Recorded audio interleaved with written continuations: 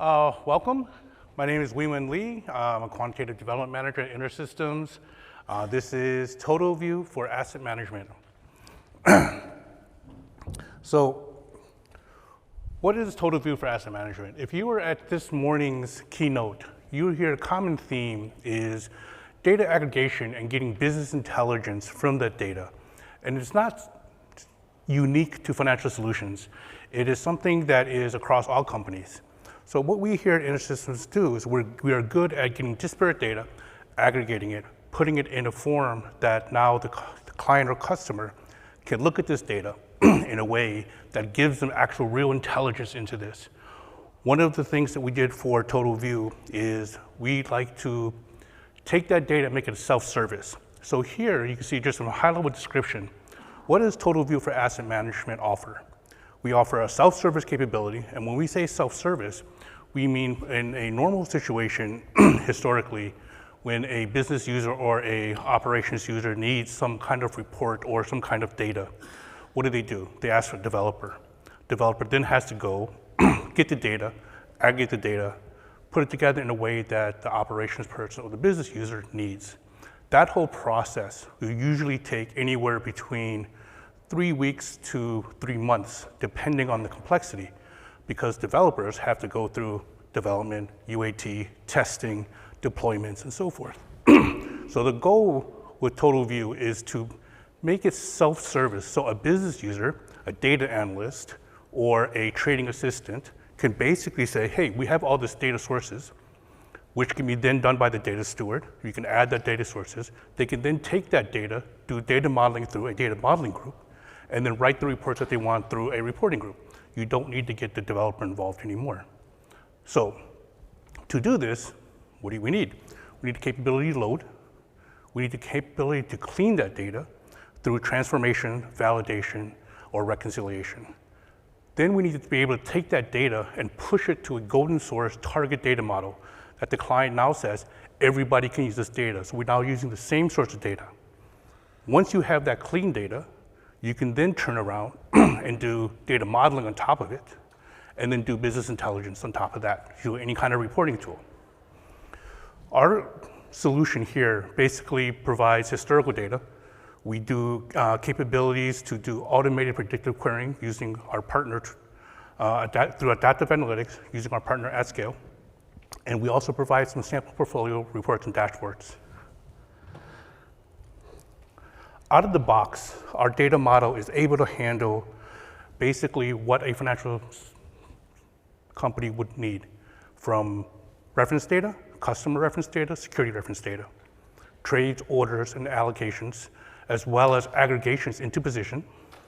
We do risk analysis, as well as we're extensible and flexible. So we provide an out-of-the-box model, but the customer, if they have their own view of, let's say, how they want to look at position aggregation or a risk analytics, they can basically extend their model very easily or implement their own if they wanted to.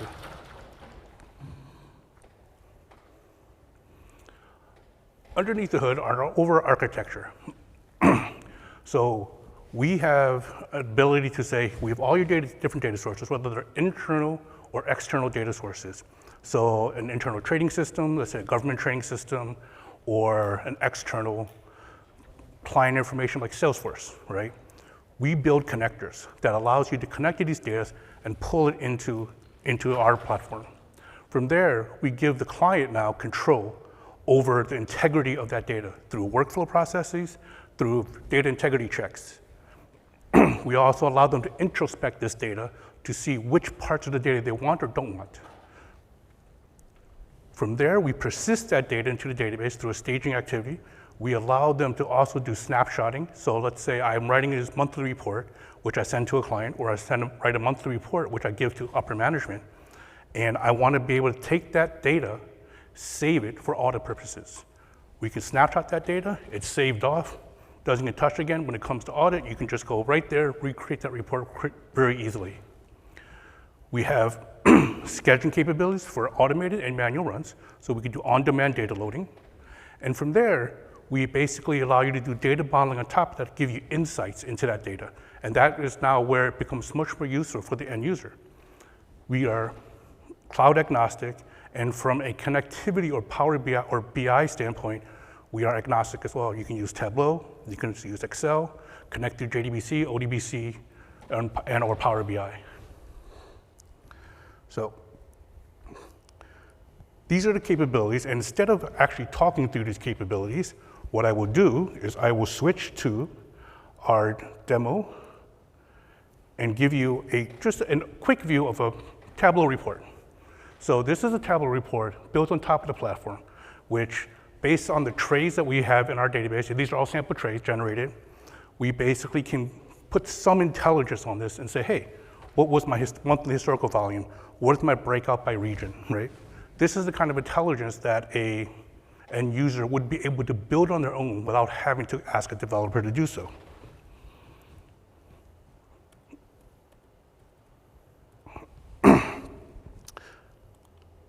This is the data modeling utility that we use. This is our partner with AtScale, where you can take this and a data modeler, doesn't have to be a developer, a data modeler can take this data, go to the database, pull the information out, and put it in a way that they see fit.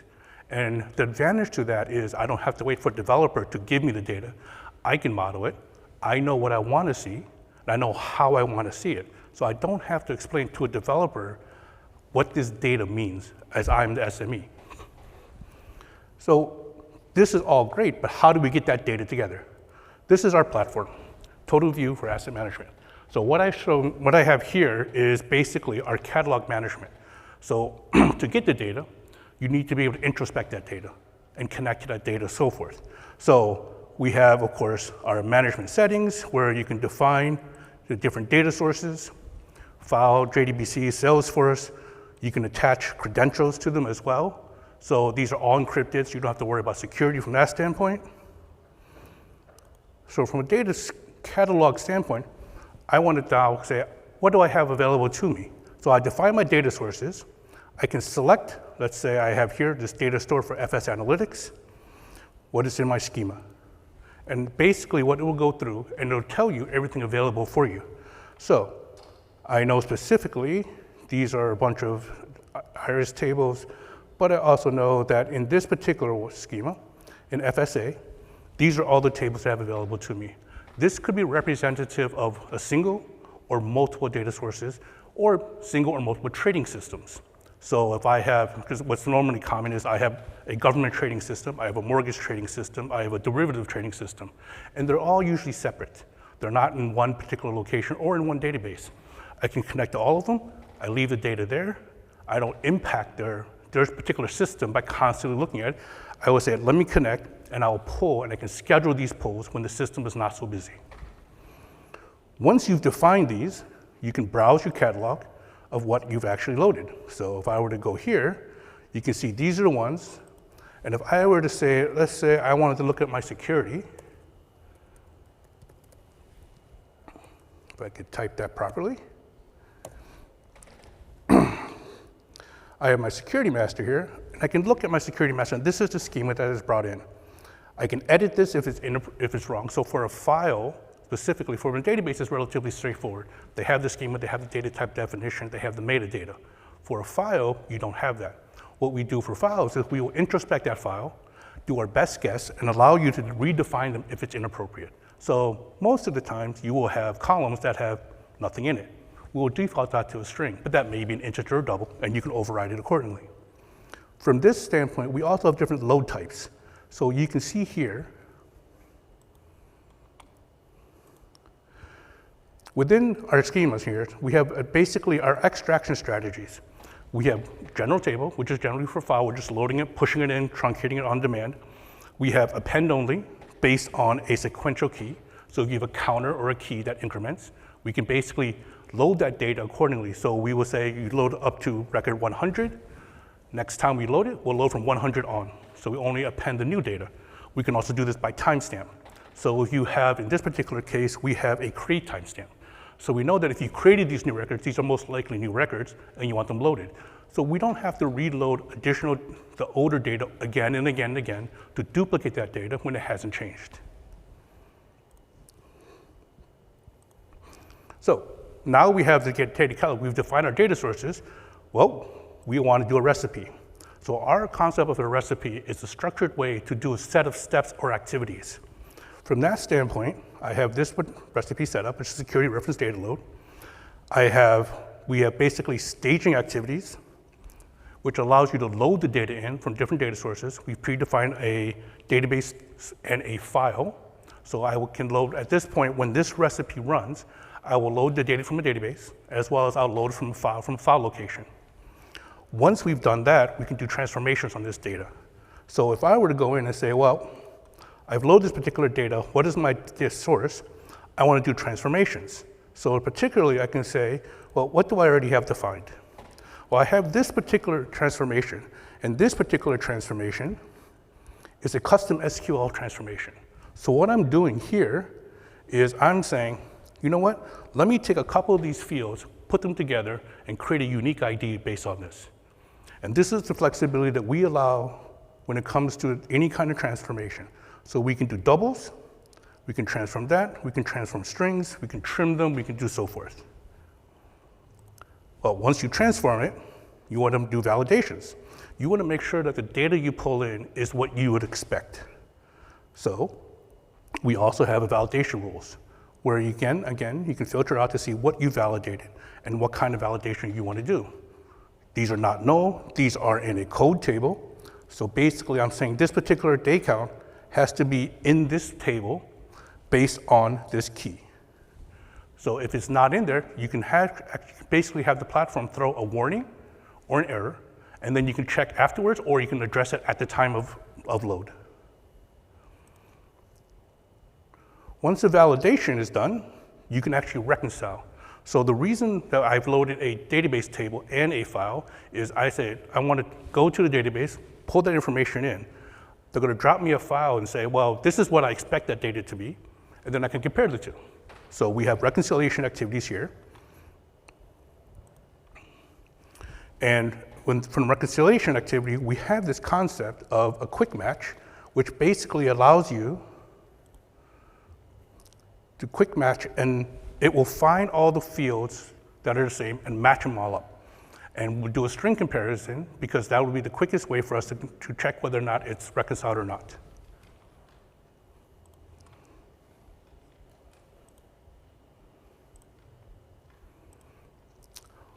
Once you've done all that, you've basically transformed your data, you've validated your data, you've reconciled your data. Now at this point, you believe that data is going to be clean. Now you want to take that data and push it to everyone else in the company so they can use this. You want to promote that data to a target data model. You can define your promotion activities in any way, shape, or form. So the data that comes here is a one-time pull, but you may reuse it multiple times. You may push it to an aggregation, in this particular case, one security table. In this also particular case, I'm taking it and I'm splitting it where I have reference data and security identifiers in a different table. So I can push this data multiple times. You only have to load it once, so it can be reused accordingly. And of course, we give you the ability to add whatever indices you need to make your searching and your selection faster. So once you've done and defined a recipe that you want to run, you want to schedule it. So we schedule this run, and within our scheduler, we basically allow you to define when you want to run it, what calendar you want to run it for this particular job. Right now we chose the New York Stock Exchange. You can define a tag for this setting, which can then be used for a dependency expression. So you can say that this particular recipe or this particular scheduled run will not run until another job is run. And you can also basically define workflows, who gets error messages, whether it be one specific group or a generic group. You can also define how often you want this to run, calendar day, business day, or so forth. We have definitions here. You can even run the first 10 days of a month, because some financial services companies will have a process for month-end reporting where they're constantly changing the data for the first few days, and they want to run for those first few days and see how that's changing. And then you can find what time you want to run it at. So in summary, that is the whole recipe process and the scheduling. So I will now switch back, and mindful of time, I have 5 minutes left. I will switch back and We can go through a summary. These are basically slides, which is available on the meeting, which is just a summary of the capabilities, the workflow management, data persistence, and the aggregation layer, what we can do from reporting, our access methods, our standard protocols. We are cloud agnostic, so we can run any of the clouds out there, or we can run on-prem, or we can run a hybrid off-prem, on-prem. We have the overview of the benefits. It's modern, flexible, it's configurable, it's open, and it's self-service. You don't have to wait for a developer to basically build you something from scratch every time you need to get access to your data. So, as I said, I'm running out of time, so I will just scroll through these quickly. Again, these are available on the slide, which is on the meeting invite. So just overall of the benefits, the flexibility, it's configurable with pre-built connectors. It's open, so we can do any kind of APIs or data visualization tools that you wish to use. And again, the important part is it's self-service. So you don't have to wait for developers to build stuff. That is the end of the presentation. I apologize if it felt a little bit rushed. I have 4 minutes left for any questions. Comments?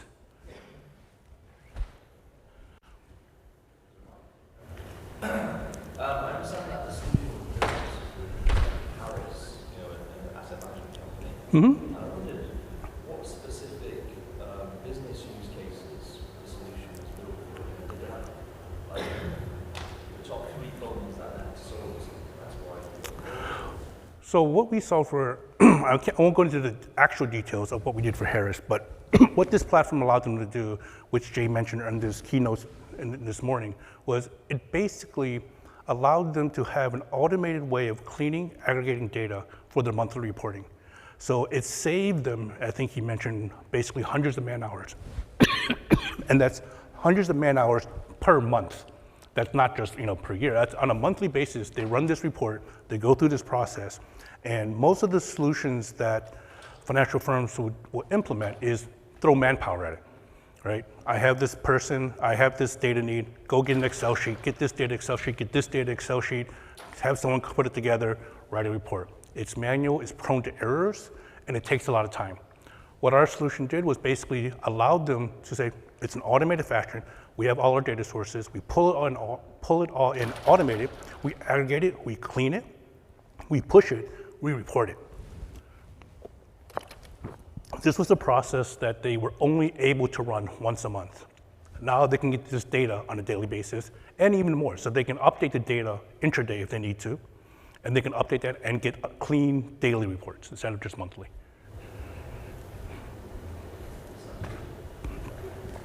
What specific users to spend all that time? Are they kind of clients, people? So it's a combination across the gambit within that organization. So you have the operations people, you have the business analytics people, you have the reporting people, you have the data people, and they all get together and they pull certain sets of data that they're allowed to see. And that's one of the issues is that I'm not necessarily, if I look at client data, I'm not necessarily allowed to look at inventory data, right? So you have these silos per se within the organization that they can only give you part of the data. What this platform allows you to do is, that's fine. We can pull this client data, we can pull the inventory data, we can pull your pricing data, we can do the analytics that you want to do when it comes to calculations, put it together, put it in your data model, so now you can data model it in a way that you feel fit and report off of that as you need. Any other questions? Okay, it's the last session of the day. Everyone's going to go, I'm assuming, to the wonderful integrity check in the event later tonight. Thank you.